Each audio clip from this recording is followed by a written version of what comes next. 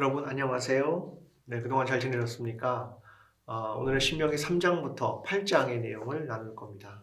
그런데 이제 신명기를 계속 우리가 보고 있는데 신명기를 읽으면서는 이게 두 번째 율법이라고 하는 것을 머릿속에 가지고 있는 게 되게 중요하고, 또 하나는 이제 가나안에 들어가기 직전에 있는 다음 세대죠. 그러니까 곧 가나안에 들어간다. 너에게 마지막으로 이제 들려주는 거야. 라고 하는 상황 속에서 읽어내면 신명기가 다르게 보입니다. 그러니까 출애굽을 했던 세대하고 그 다음에 광야에서 태어나고 가나안에 들어가는 세대인데, 이제 정말 우리가 가나안에 들어갈 때가 임박했어. 이제 그럴 때 들리는 하나님의 말씀에 대한 이해는 아마 조금 다르게 생각될 겁니다. 그래서 신명기를 읽을 때 그런 관점에서 이해하는 것이 일단 중요하다는 것 하나를 머릿속에 넣으면 좋겠고요.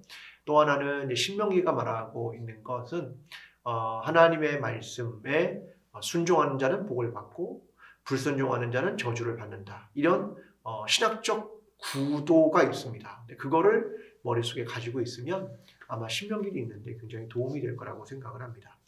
자, 오늘은 신명기 3장부터 이야기를 나눌 텐데요. 이제 이스라엘은 요단 동편을 점령합니다.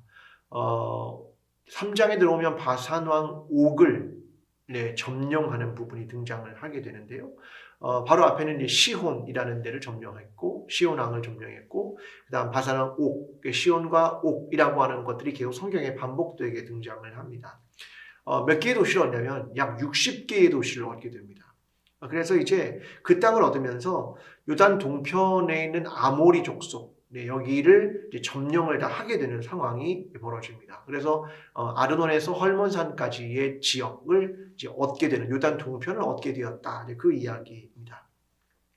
요단 동편에는 이미 르우벤과 갓, 그다음 므낫세 반 지파가 요단 동편에 이제 자리를 하게 되죠. 모세는 이제 동편을 얻은 다음에 비스가단에 섰습니다. 그래서 이제 하나님께 간구하죠. 하나님, 저 이제 가나안 땅에 정말 들어가고 싶습니다. 그동안 어떠한 수고와 어떠한 것으로 하나님을 따라왔는지 하나님 알고 계신데 나 가고 싶습니다. 그렇게 하나님께 요청을 하지만 하나님은 모세를 거절하십니다. 다시는 말하지 말라. 사실 공로와 믿음 면에서는 못 들어갈 이유가 없는 거죠. 근데 하나님이 거절하신다라고 하는 것입니다.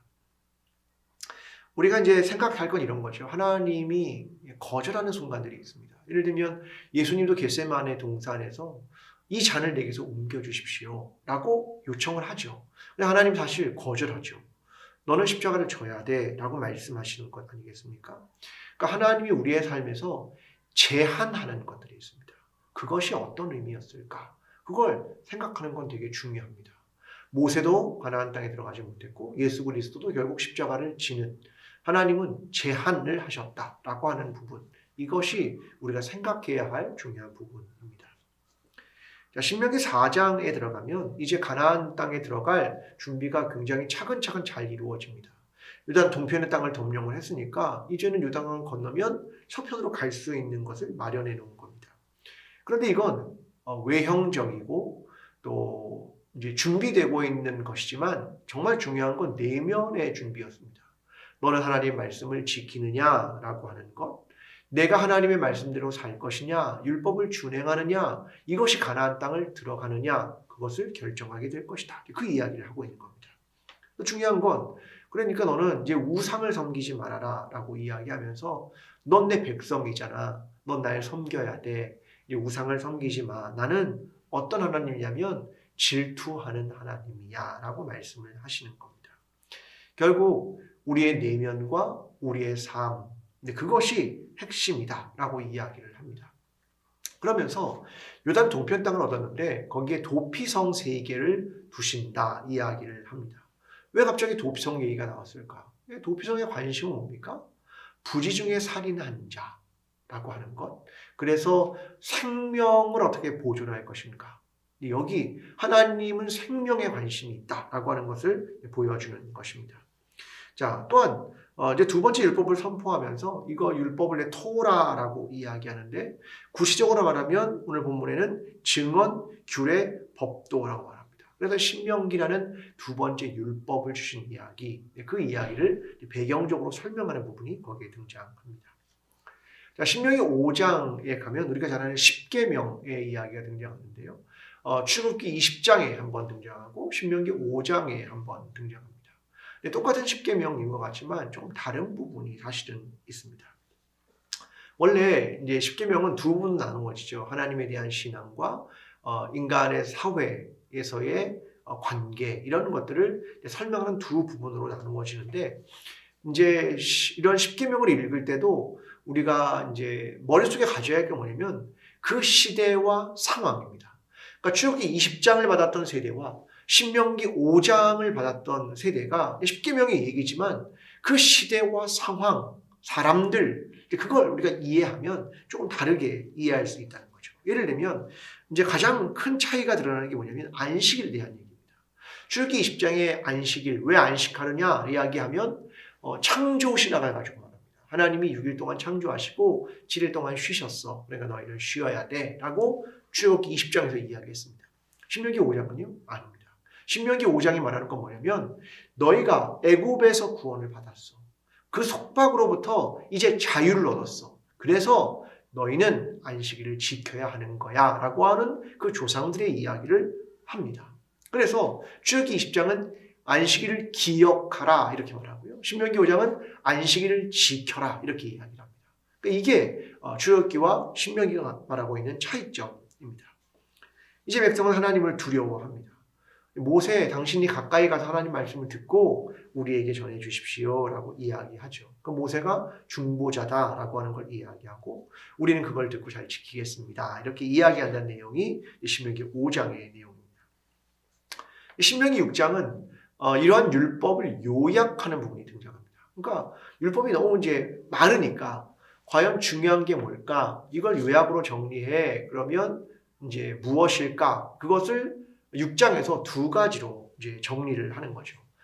이것을 보통은 쉐마 이스라엘, 이스라엘아 들으라 이렇게 설명을 합니다.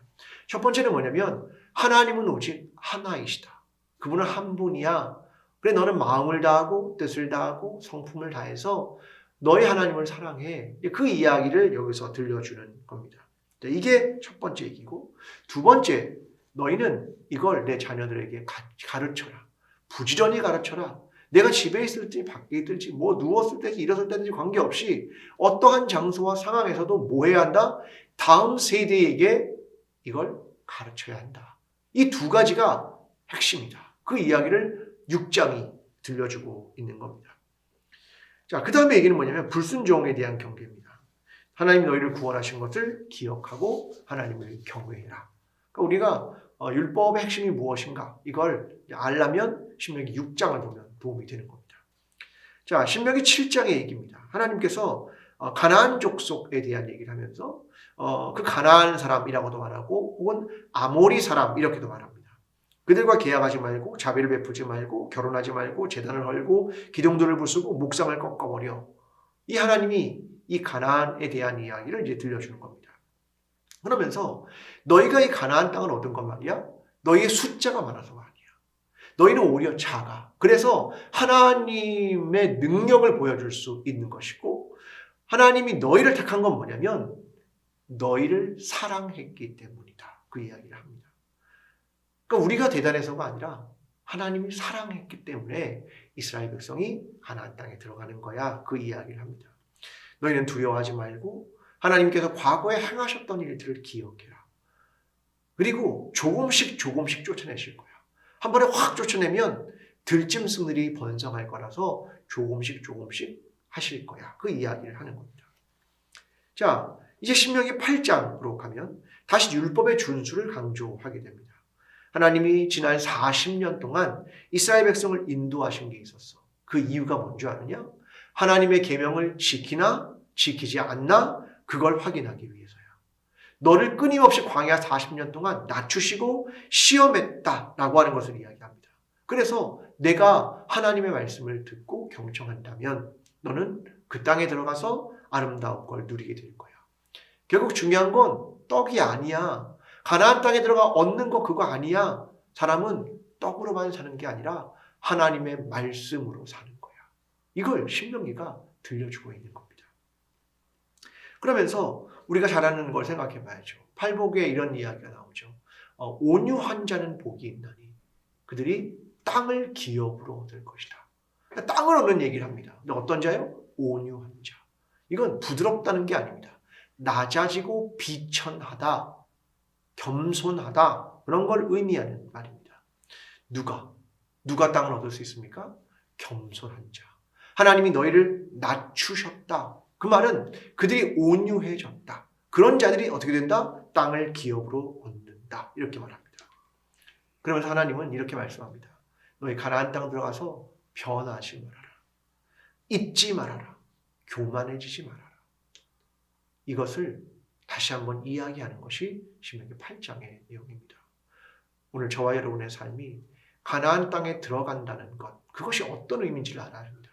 그냥 땅을 얻었다? 그게 아닙니다. 하나님 말씀을 지켰느냐? 너희는 들어가서도 교만하지 말고 겸손하게 하나님의 말씀에 귀를 기울이고 그 율법을 준수해라.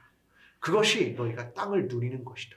땅을 얻게 되는 이유가 될 것이다. 그 이야기를 들려주는 것이 신명기의 말씀임을 기억하면서 오늘 우리가 무엇을 얻고 소유하는 문제가 아니라 하나님의 말씀을 지키느냐, 그것을 기억하고 하나님의 백성으로 살아가는 저와 여러분의 삶이 되기를 간절히 기도합니다.